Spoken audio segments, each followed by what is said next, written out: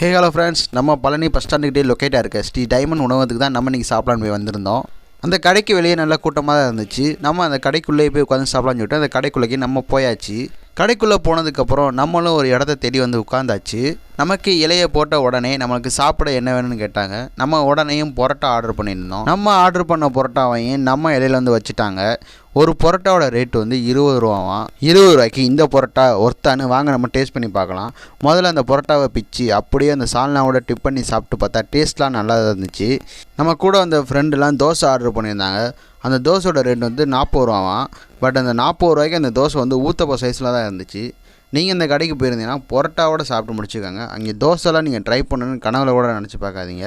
நம்ம அப்படியே அந்த பரோட்டாவை சாப்பிட்டு முடிச்சுட்டு பில்லை கட்டிட்டு அந்த கடையை விட்டு கிளம்பியாச்சு. நம்ம சேனலில் ரெகுலராக ஃபுட் கண்டனை பற்றி வீடியோ வந்துக்கிட்டே இருக்கும். அதனால் மறக்காமல் நம்ம சேனலை சப்ஸ்கிரைப் பண்ணி கூட இருக்க பெல் ஐக்கானே ஆளில் போட்டுருங்க. அடுத்து ஒரு நல்ல வீடியோ சந்திக்கிறேன். Tata, bye bye.